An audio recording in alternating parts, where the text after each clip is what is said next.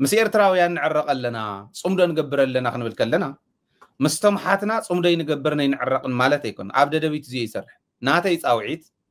نات كاون ناي كالوتون اوزين داولنا يزنبرنا سلازغونه صادقان يكون ጌታቸው ካልኦቶም ትግራይ ያታ ትግራይና نحنا انت تصاميدنا نحنا وشطنا انت رينا انت تعريقنا نصبح زحدر كنحدر انت خيلنا بهرف سلطان بهرف ገንዘብ نهزبنا ناوصعنا مكرا زبصح انت زي غيرنا طرحينا كنبر نخل زي اختنبرنا تخل ابزي بقلصي نجيتاچو يصاوتل يزل ابي احمد اذا خطر خلخا وتحدا خم تግራዋ يحزن يعني نجيتاچو بدنب غير حنا يفدل بدنب غير زي خت ترجمولا تخلي ايلي ام የስሜት መጎዳት በጣም ኃይለኛ ከመሆኑ የተነሳ ጌታቸውን እዚህ ቦታ በማምጣት የሚበላውንም የሚጠጣውንም የሚተኛበትንም የሚንቀሳቀስበትንም ሁሉም ነገር እሱ አሟይ ሆኖ በሱ እጅ እንዲወድቅ አድርጎ እሱ ብቻ አይደለም እሱ በሚፈጥራቸው መድረኮች በሙሉ ያን ችሎታም ብቃት የሌለው የፖለቲካ ድንክ ነው ብሎ አደባባይ ያዋረደው ሰውዬ አብይን የሚያክል ግዙፍ መሪ በኢትዮጵያ ታሪክ ታይቶ አይታወቅም እንዲል በዛችው ምላሱ መልሶ እንዲል በማድረግ እየተበቀለው ነው የሚል እምነት ነው ያለኝ እኔ እንደ በቀል ነው ያየው ተመልከት ይሄ በቀለኛ የሆነ ሰው የሚፈጽመው ነው ጌታቸው ይሄን ይረዳል አይረዳም ሌላው ህዝብ ይረዳል አይረዳም ላይ አይገባኝም ያለው ይሄ ግን ደንበኛ በቀል ነው ላደረገው ነገር ከዚህ በላይ አንድን ሰው ልትበቀለው የምትችልበት ልታዋርደው የምትችልበት ሌላ ምንም መሳሪያ የለም ይሄ ሰውዬ ብታገለው ምንም እንደዚህ አይዋረድልህ ያለው ሌላ ቦታ ላይ ስራ ፈልጎ እንዲገባ ብታደርገው በዚህ ደረጃ አይዋረድልህ ነገር ግን አምጥተህ በዛው መላሱ በዛው አፉ እርሶን የመሰለ አርቆ አሳቢ ቪዥነሪ የለም እንዲል ስታደርገው አምሹር ይሄንን የጌታቸውን ንግግር እኔ እርግጠኛ ነኝ አብይ ቢሮ ውስጥም ይሁን መኝታ ቤቱ ወይ ሳሎን ቤቱ ቪዲዮን እየከፈተ እየደጋገመ እየሳቀ እንደሚያዳምጠው እርግጠኛ ነኝ አዎ እንዲህ እንድትናገር አደረኩህ አንተ ምናምን ያለ እየተሳደበ እንደሚያየው እርግጠኛ ነኝ በዚህ መልኩ ነው ማየት ያለብህ አንተ ሌላ ነገር ያለው አይደለም ይሄ ሀገር ይተክማል ሰላምና እርቅ በማምጣት ምናምን ነገር እንደዚህ አይነት ነገሮች ጋር የተያያዘ ነገር አይደለም ቅድም በያለው እኮ ሰላምንማ እርቅማ ፍቅርንማ የመሳሰሉት ነገሮች የሚወድ ቢሆን ኖሮ ከሰባትም ከጌታቸውም ከሳድቃንም ጋር ሲወዳደር ምንም ጥፋት የሌለባቸው ዜሮ ጥፋት ያለባቸው ሰዎች እስር ቤት ጨምሮ በዚህ ደረጃ እንዲማቀቁ አያደርግም ነበር የበቀል እርምጃ ሆኖ ስላገኘው የሚያደርግ ነው ብዬ ነው ማስበው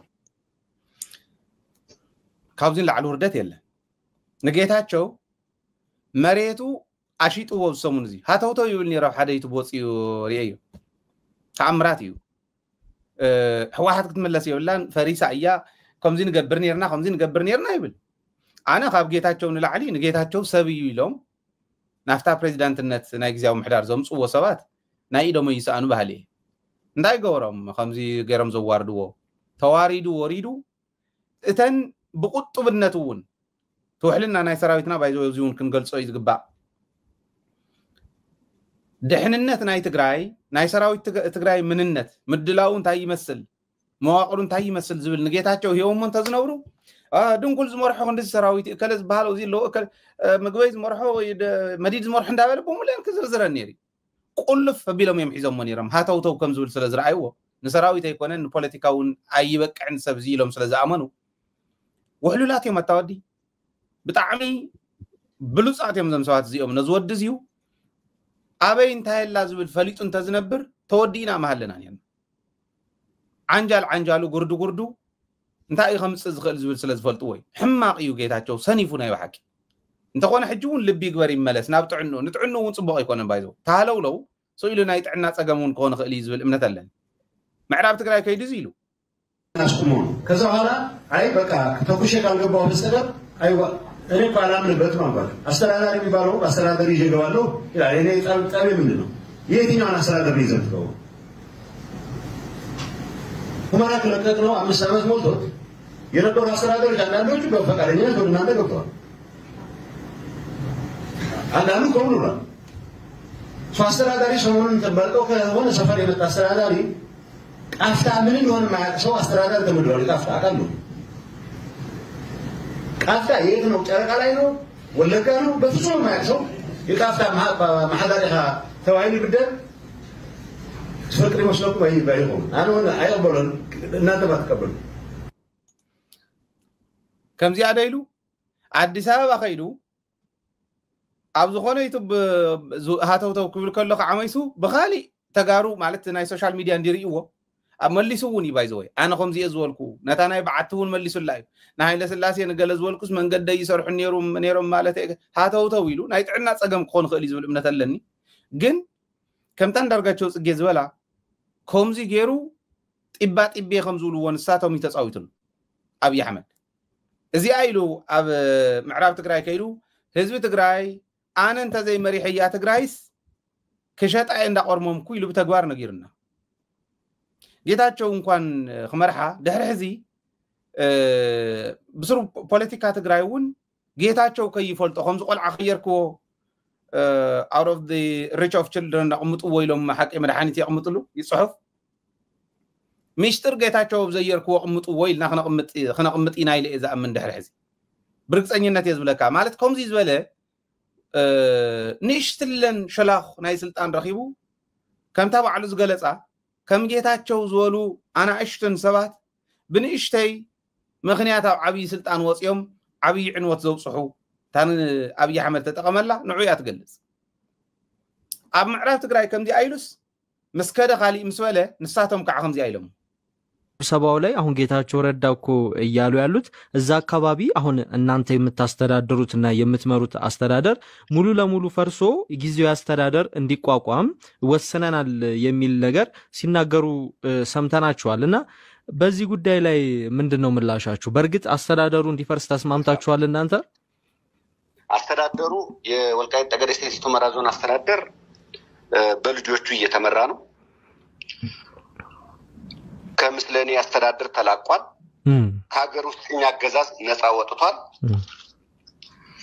በአንዳንድ አካላት እየተሰነዘረው ያለው ሐሳብ የሀገር ውስጥ ቅኝ አገዛዙን ለመመለስ ነው። ይህ ደግሞ አይሳካም፣ ሊሆንም አይችልም። አስተዳደሩ ተጠናክሮ የሚቀጥል እንጂ የሚፈርስ አይደለም።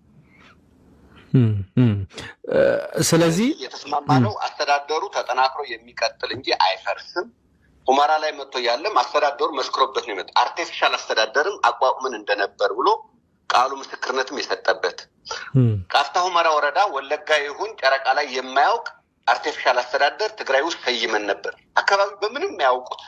ልጆች ሰይመን ስናስተዳድር ብለን ሰይመን ደሞዙ ስናስከፍል ነበር። ነገር ግን አክቹዋል የሚያስተዳድረው ሪያላይዝ ብናረገው ሪያሊቲው ላይ ግን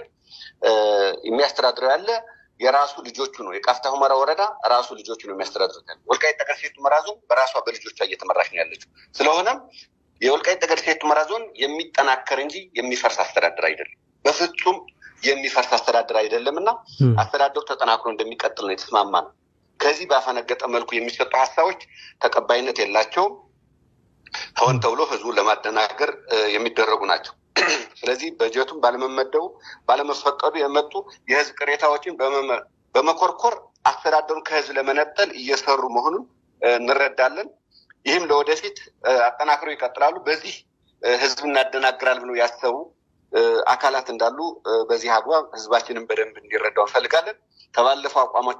አቋማችን ምንም የተለየ ነገር የለም። አስተዳደሩ ተጠናክሮ የሚቀጥል እንጂ የሚፈርስ አይደለም።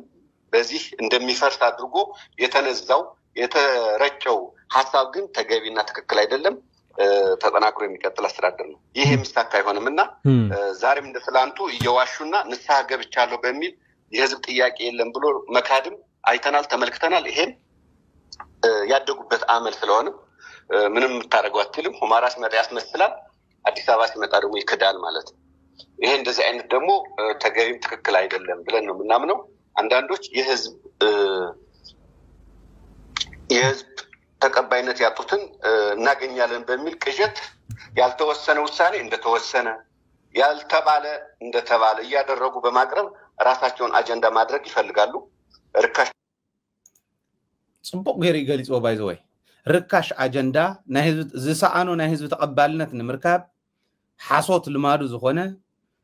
تصريفو نصريفنا عندي يلمدوت يلو نعو طرح يمسلن نهزبي يتصرف زلو شت يدملو نجيتاچو ግን حساو مخانو ممسل مخانو عمر اخر كل خالي اديس ابا اخر كل خالي تግራይ كمص كل خالي مخانو فشلاخ مخانو يواشال يلون يرو ناي ابر ادمو حاو منيو هايله يسوس ادمو فشلاخ يتودس حساويو دبرጽዮን አይዋሽም ጌታቸው ግን ድብና አርጎ ይዋሻል እኔም ማቀው እንደዚህ ሰነድ ፈርሞ ዋሽቷል ምናምን እንዳለ ይገልጸኝ እዚሁን ከማይዙ ለዘሉ ከምዚ ዝበለ ሕስራት የለም መምሰል ሙኻኑ ሐሳው ሙኻኑ ይነግረናል ምዕራብ ትግራይ ግን እንተ ሆነ በሰላም ንሱ ስለዝሆነ ቅድሚያ ተዘይኮነ ግን كوسر بزغبو توسيدو معراب تግራይ بقرب اوان كم زمص منم طرطر يبلين بوغناي تسراويتنا ونسيو ارم سبعون نسي زبل تبلع زلو نسي زبل تو ممحدارنا ون تاي كم زبل ابز حلفه دبرጽዮን مصيو خገልጾ خلو سمعي خاي اخازيو فصم زين غدفو يو كنا خبرينا مجمريا كن سلامينا نقدم زول يقميط نيرمو ابزانا يጌታቸው حساب هاب ميكي قرم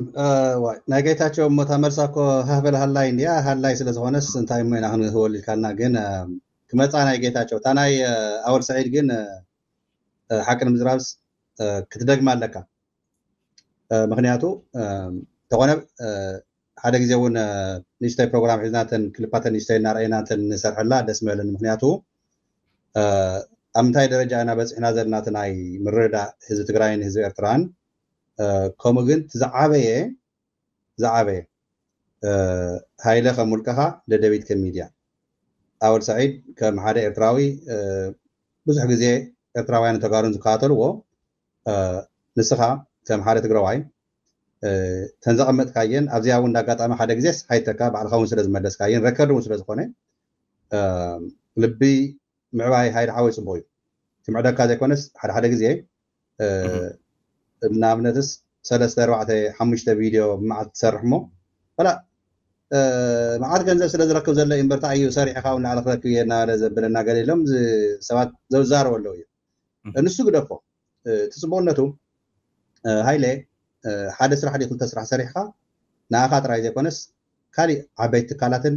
ካሊ ነገራትን ናይ ውልቀ ረብሓታት ዝ5 ዓመት ዚና ናብነት እዚ ኣብ ካሊ ደረጃ መጽሓ ነርኩም ውልቀ تقال سغاغن لتግራይ ስለዝኾነ ሚዲያውን ብጥንቁ በማሐስካ ተጋሩ አኑ حبيلان اكف حبيلان كنحسبن ادلاي الى يحسب እዚ ነው አለውን ሓደ ኤግዛምፕለሪ ዝባሃል በእንግሊዝኛ ወይ ድማ በትግርኛ ያው ጽቦ አብነታዊ ማለት ተከከለ አብነታዊ ኤግዛምፕለሪ of course هو ማለት አቤድና ስለዘሎ ቀሊክ መስለና ይፈሪ ግን تعينت مقالسي تعينت دمسي نهزبي كوين صنيحو حيزقان نسخا ناول سعيد كونتاكت غيركا تيخا مغرابكا حدا ازيو عبي نهزبي ارتران نهز تግራይን عبي مورالي عبي تسفاي مغناتو ازي زبلن زلت هايمستكا بمليونات زغصر هز تግራይ اب عالم ملو زلو تعبي زكاتر زلون زريو زلون ميديا انفورميشن حقنت حيزو زمص انتاينا هنغبر زلنا صباح يدو زري زحسب تግራዋይ بلدبيت يزرخو زلو زين هز تግራይ عبي نغري مناتو ددبيت حد فشኳላት ወይ ደማ ሃበል ሃላይ ዘለና አንጻር ጽምዶ ኢለም ከጽልሙ ናኻ ከሙርቅኻ ደደቤት ከሚዲያ ዘበለን ውን እዩ ዚያትውን ደጋጊምና ግልጽና ግልጽ ገርና አንተውን አሚት ካያኻ እትጽምዶሽ ትርጉሙ ዋላ በደደለ ተሸርሸረው አንጻር ሰላም ዝኾነ ውልቀ ሰብዓት ንሕና ሓፈሻዊ እዚ ክልተ ማሕበረሰብ ዚስ እንታይ ሓልካስ ሓደቦ ምስ ኤርትራ ሰራዊት ኮይኑ ጓሉ ምስ ሰራዊት ትግራይ ኮይናስ ይዋጉኡ ነይሮም ሃይለ ሓወይ ንስኻ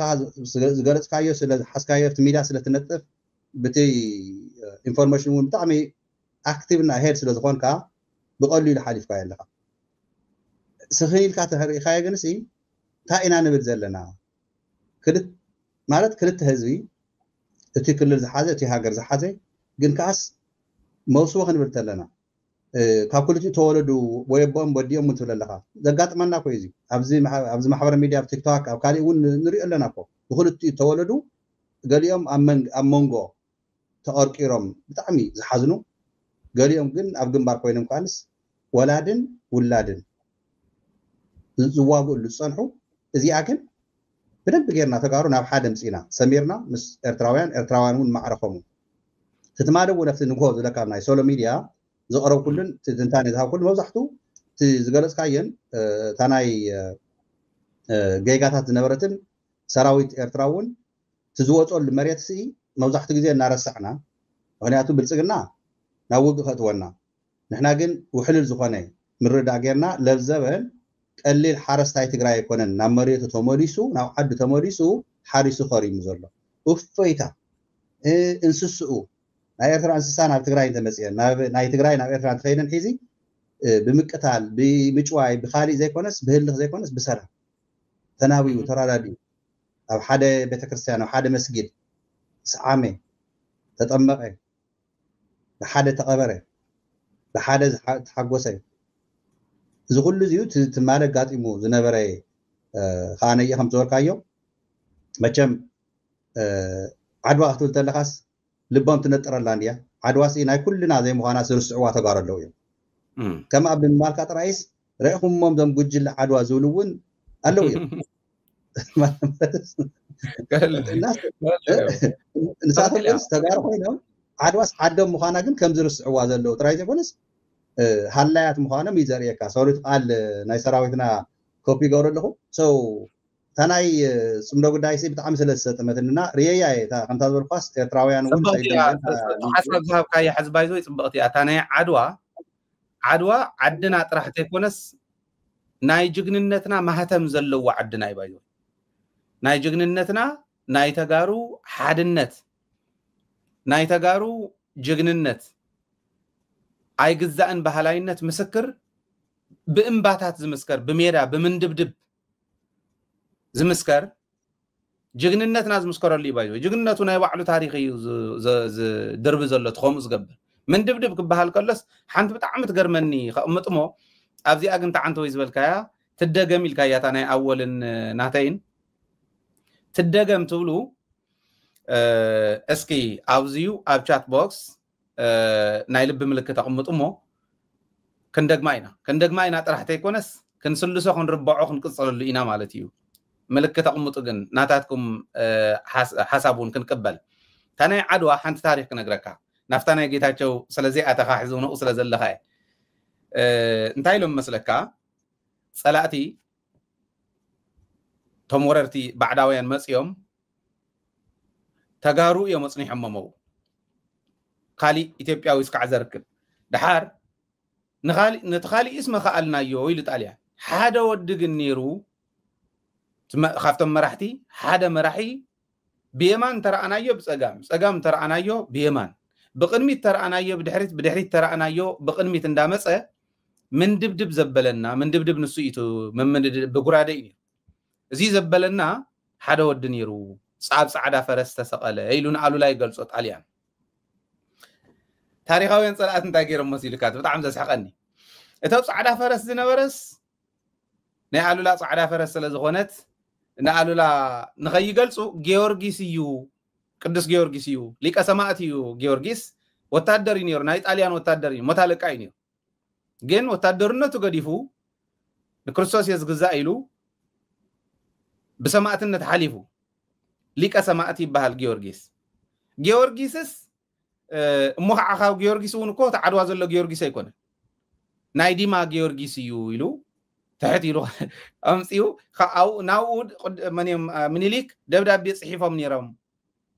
نافتو بيت كريستيان جيورغيس تا خويناتس بعلخا اخات مرحله مو عنتي لهم سلازو نورو حزي جيورغيس عدا فرسس تسقيلو مصيو تا خوينات مريحوا قالو لا يكونن ناي تغارو خيخون تجغننت ازيز مسل جغننت نساتمون كم زيغرم زستماسلو طاليانو ون زمسكرلو مريت بعلو امبا بعلو زمسكرلو عدنايو عد جغننتيو ما اخل جغننت ما اخل حدنت حزب تግራይ እዩ مكان انت تግራይ حدنته مسطيمم طاليان سعرو لي مالتي تسغيلو تقوم زول كايو هبل هلا يصبغتي ابايزو سراويتنا ببرت طرح يتواغن بتحساسباون بخمزي زبلق علاتون بدنبي زواغا زلي لي اذا امن يرينا اللهو تناي لب ملكت بدنب خندق مينا اب قربا تصبيو منالواش ون وعلو قربو خلينا اولو زيو كالي ون تصبي عبي سربرايز نحنا تقارن انه علنا تفلالينا خمزيلنا قالتات ننبر كي مسلكم يترفدوتهم اب قربا زلو تمرحقم زلوون كنملسومينا ايت تراطور بزي نالواش ميديا زلو يكون ابوليتيكا زلو يكون حادنت كمي غرنا اينا خنسطمو مصلاتنا تزمصو زلو وحج كمي غرنا اينا خنصورو بتغبار اوزي خنريكم اينا تمالون حدرينا اينا صبق صراحي تصريحي لي اذا امن انا ون كم تزولكايو حسابك بدم تقبل له بزيون كومنت ني اول طرحته يكون خالي ونفلالاي زفطر زمسل بدنبي حادنت ناستيمنا حدا خوينا نافتن دولي صفح خنوص كتريو يوم قربا خبل دلي مو قصل نافتنا جيتاچو قصل لي مسغزيان قرم تنلبتاتون بزحات يمصالونا قرميو هو رغاغي صلو انا هاي الحوي ناي جيتاچو تانت زبلكايا لبي غورنا عدي مدس زبلكايا اتا كحدت فصما اتم 440 شوعتن جينوسايدرات زلققلو اتحد اب تግራይ ዝነበረ ናይ جينوسايد ምልክታት ከም ሕጾ ገይሩ አልዒሉ ብዘይ ሕግ አግባብ ዘለዎ ባይዘወይ ዋላ ከነጫረት ኮይንካስ ተጫረት ተንጽኻ መቀደም ሰነደ ዘጋጅኻ እዩ እዚያተ የተገብረ ብልጽግና ሁሉን ነገር ተን ዝለኣኾ ተወዲአን ምዃንን ናይ ባዕሉ ሰባት ሰዲዱ ሙሉእ ትግራይ ዘይሮም ብጸለምቲ ገይሮም ንጎንደር ከም ዝተሻገሩ ናይ ብልጽግና ሽዑ ግዜ ትፈልጥ ኢኻ እዚ ግን ህዝብና ከስታውሶ ከለሎ እዚያትን ካሊእ ምሽጥራት ናይ ውሽጥና ዝነበረ ከም ግዜያዊ ምሕዳር ኮይኑ ከም ሕወሓት ኮይኑ ናይ ኣባላት ሕወሓት ኮይኑ ምሽጥራት ዝነበረ ውሽጥና ሕድሕዱ ትንትነቢሉ ንጸላእትና ዝሃበ ናብ ትግራይ ክምለስ ተኮይኑ እቲ ዝፈጸሞ ገበናት ብሕጊ ንኽሕተት ኣብ ቀይዲ ንኽኣቱ ኢሉ ክርክብ ጽቡቕ ይብል እዚኡ ንሓደ ሓደ ተጋሩ ክኽሪ ይኸውን እዩ ንሓደ ሓደ ተጋሩ ገለ ክገብር ይኽእል ግን ኣነ ስርዓት ከይህልወና ትግራይ ሰራዊት ትግራይ ሕክምና ከይረኽቡ ቅርሺ ስኢና ኣይኮነን ሳን ቅርሺ ኣይኮነን እኮ ሰራዊት ትግራይ ዝተሓከመ ሓወይ ክንደይ መናእሰይ ድዮም ሕክምና ንኸይትግበረሎም ብሰንኪ ጌታቸው መሪሕነት ኮነ ኢሉ ናይ ጸላእቲ ከተግብር ቃልስና ከንቱ ከም ዝኾነ ጀጋኑና ዝተቃለሰሉ ኣካሎም ዝጎደልሉ ዝተሳቀይሉ ምንም ዋጋ ከም ዘይብሉ ክግበር ዝገበረ ጌታቸው ትውርደት መድሓን ክመጾ ብጸላእቲ ከመይ ገይሩሲ ካልሲ ሓፃብ ናይ ጸላእቲ ዝመጸሉ ውርደት ናይ ባዕሉ ጉዳይ ድሓን ማለት 70-80 ብኢታዊ ካብቲ ትወልዕ ምግቢ ትሰትዮ መስተ ዘስክረካ ህይወት ባዕልኻ ነፍስኻ ዘይትቋፀረሉ በብዝኸድካዮም ዓለም ንዓድኻ ወኪልካ ኣብ ደንበር መፅኡ ኮነ ኣብዚያ ተዛሪበ ኮነ ሰኺሩ ቆይ ሓዲዩ ኣኼባ እንዳሃለዎ ንጎሳ 8 ፈረቓንስ ፕሮግራም ሒዙ እንዳሃለወስ መኻስ 6 ፖሊስ $80 ብቅፅዓት እናተኸፈልዎ መለስ ዜናዊ ፕራይም ሚኒስተር ኮይንስ ክንድኡ ምትእንጋድ ዘይገበረሉ ትግራዋይ ዲያስፖራ ትግራይ ብዙ ክብሪ ተቐሚጡ ዝነበረ ሰብኣይ ጌታቸው ማለት እየ ኣብዚ ውርደት ክረአ እንተሎ ግንስ ትግራይ ዝገበሮ ቶም ምስ ዝነበሩ ማሕበራት እውን አንተው ዝገለጽናዮም ዝሰብዚው ሃይለ ኣነሲ ድሕሪ ፕሪቶሪያስ ናብ መለስ ካምፐስ ኣብ መቐለ ዘለው ዓትና ክኸርን ከለኹ ናይ ኣዋሽ ዝነው ዓት ክትርን ከለኻ እንታይ ዓይነት ጨካን መሪሕነት እዩ እኒሄ ትግራይ ኢልካ ናብ ካሊእ ስምዒት ኢኻ ትኣቱ ባይዘ حقيقي ማለት ናብ ካሊእ ስምዒት ኢኻ ትኣቱ ሰኣን 20-30 ሽሕ ሰርጀር ገይሮም ብቐሊሉ ኤዳዎም ተዓፃፂፉ ክመዓራረ ዝግብኦ ጋሮም ተዓፃፂፉ ክመዓራረ ዝግብኦ ዓቕሚ እኒሄና ዋላ ዳያስፖራ እውን ክንሰርሕ ክትብል ተለኻ እውንስ መሪሕነት ናይ ንጌታቸው ኮነ ኢሎም እቲ ቃልሲ ናብ ጽልኢት ሕወሓትን ናብ ጽልኢት ቃልሶም ከንቱ ከም ዝኾነን ዘተግበረ ኣካል ኣብ ትግራይ ተመሊሱ መፅኡ ተሳታፍነት ይርደአኒ ሓድነት ናይ ምሽርሻር ፀገም ስለ ዘለና ገለገለ ተባሂሉ ዝዝረብ ተስጋት ይርደአኒ እዩ መንጨብጨብቲ ናሃትኩም ዝነበሩ ይርደአኒ እዩ እዚኡ ንምምፃእ ናይ ውሕልል ስራሕቲ ምስራሕ ይርደአኒ ግን ከምዚኣቶም ዝመሰሉ ኣነ ብፅልኢ ዘይኮነስ ኣብቲ ባይታ ከይድካ ክትርኢ ከለካ ትዝሳቀ ዘሎ መንእሰይ ኢዳዎም ተቆረፀ ክቁረፅን ዘይግብኦም እጋሮም ተቆረፁ ክቁረፁን ዘይግብኦም ፍርናሻት ብጅቡቲ ጌርና ክነእቱን ከለና ክንደይ ዕንቅፋት ከም ዘጋጠመና ኣነ ባዕለይ እውን ይፈልጦ ኣብኡ ዝሰርሑ ኣሕዋትና ግን ገንዘብ ኣዋፂና ንሕና ከምዚ ክንብል ከለና ፍርናሻት ማለት ዋተር ፕሩፍ ዝኾነ ማለት እዩ ክትቋፃፀሮ ንሕር ዘይክኢልካ ካተደራት ኣብ ትግራይ ብዙሓት ኣይነበረን እዚኡ ኣብ መቐለ ዝብለካ ዘለኹ ኣብ ካሊእ ቦታታት መግለፍ ኣብ መቐለ ውፅኡ ኢሉ ካብ ኦፊሱ ኣቱም ሰባት ትማልን ኣይ ዘድሕኑ ንኣይ ማለት መሪሕነት እዩ ነይሩ ትክክል እዩ መሪሕነት ያው ክቡር ስለ ዝኾነ እቲ ጌታቸው ጥራይ ዘይኮነስ ኣብ ዝኾነ መሪሕነት እንድሕረሉ ነቲ ክብሪ ናይ መሪሕነት እዩ መንግስታዊ ሕጊ ኣሎ ተኣሽሙ ዓጃብን ንኣኻ ፀላእ ከይማርኸካ ፀላእ ከይቀትለካ ሓላውን ኮይኖም ደቂ 20 ደቂ 25 ደቂ 30 ደቂ 40 ደቂ 50 ተሰዊኦም ሎም ንዚኣቶም ንዚኦም ዝኽሓደ ጌታቸው ማለት ሓፈሻዊ ትግራይ እንዲሕይድዋ ሓፈሻዊ ህዝቢ ትግራይ እንዲሕይድዎ ግን ኣዶ ትግራይ ችዲ ውፂ ኢድዋ ኣብ ሽረ ብጫማ ወቂዓቶ ኢሉ ሓደ ፈላሲ ኣብዚ ተዛረበ ኣነ እኳ ሸይጣን እንዲለዮ ማለት ታገፁ ክሪኦ ከለካ ፀላም ተኸዲና ንኹ ማዕረየ ሕብሮም እውን ስሩ ሰይጣን ከዓ ተፈጥራዊ ኣነ ሪኦ የፈልጥን እየ ክበሃል ተለስ ማዕረየ ምስ እዚኦም ኮይ ዝማኸር ዘሎ ጌታቸው ረዳ ኣብ ሰዓት ኣበይ ድዩ ዘሎ ማለትስ ድሽካት ትኩስ ነበረት ናይ ሕወሓት ኣብ 17 ዓመት ቃልሲ ዝገበሮ ኣብ ሽረ መፅያ ግንስ መኒኻ ንስኻ ፍልጠና ንትግራይ ዲኻ ትመርሕ ዘለኻስ ልኡኽ ናይ ብልፅግና ኢኻ ኮየኒ ኣዶታት ሽረ ተንጀጋኑ ተንዋዕሮታት ንሰን ተቃሊሰን ትማል ከዓ ነየ ሸየጥቲ ስዋ ተባሂለን ተፀሪፈን ኣብ ምን ግዜ ድዩ ኣብ ጌታቸው ግዜ ድያን ደይኮነትን እያ ኣዶ ተጋዳሊት ኣብ ዓዲግራት ተወቅዐት ተፀፊዓ ተወቂዓ እኮ ወዳኣ ዘሰወት ኮያ ወዳስ እያ ኣብዚ ናይ ትማል ኮይናት ንዚኣቶም ኣብ ቀይዲ ከይኣቱ ስርዓት ናይ ትግራይ ከይሰፍን ናይ ሕጊ ትግራይ ዘፍረሰ ኮይኑ ኮነ ኢሉ ይብለካ ኣሎ ስለዚሁ እቲ ቶም ፀላእቲ በአምሓርኛ ዝስማዕኻና እቲ ዝዛረቦ ዝነበረ ማለት ታይዘር ግን ዝናዓካዮ የጥንስ ዝበሃል ኣሎ ናይ ኣብይ ኣሕመድ ሓደ ግዜ ጌታቸው ከመይ ገይሩ የናሽዎ ከም ዝነበረ ይንዕቆ ከም ዝነበረ ርኢና ኢና ትዝናዓቆ ኣብይ ኣሕመድ ግን መዓዝ ከም ዝዛረብ ጌታቸው መዓዝ ከም ዝበልዕ ጌታቸው መዓዝ ከም ዝሰክር ጌታቸው መዓዝ ከም ዝሕከም ጌታቸው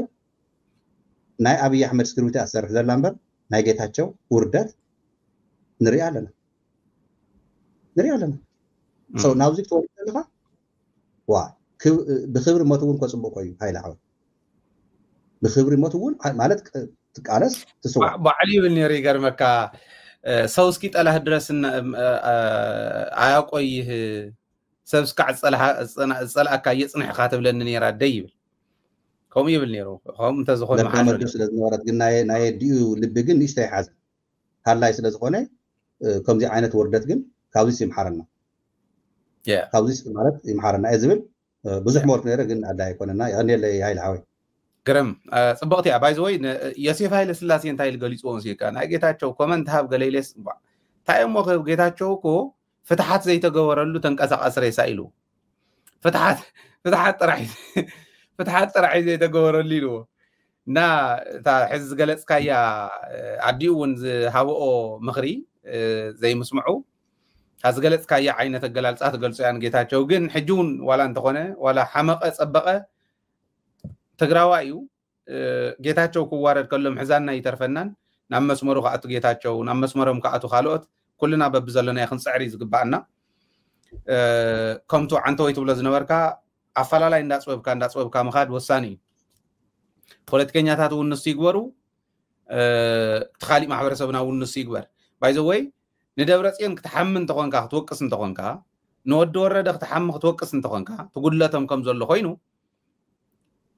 ንሳቶም ዝፈጥርዎ ዘለው ጉድለት ዝኣክል ምናልባሽ እውን ካብኣቶም ንላዕሊ ዝኸውን ኣፍታ ዘላትካ ደረጃ ኮንካ ይትፍፅም እንዶ ዝብል ኣነ ኩልና ክንሓትት ዓርስና ይደሊ እየ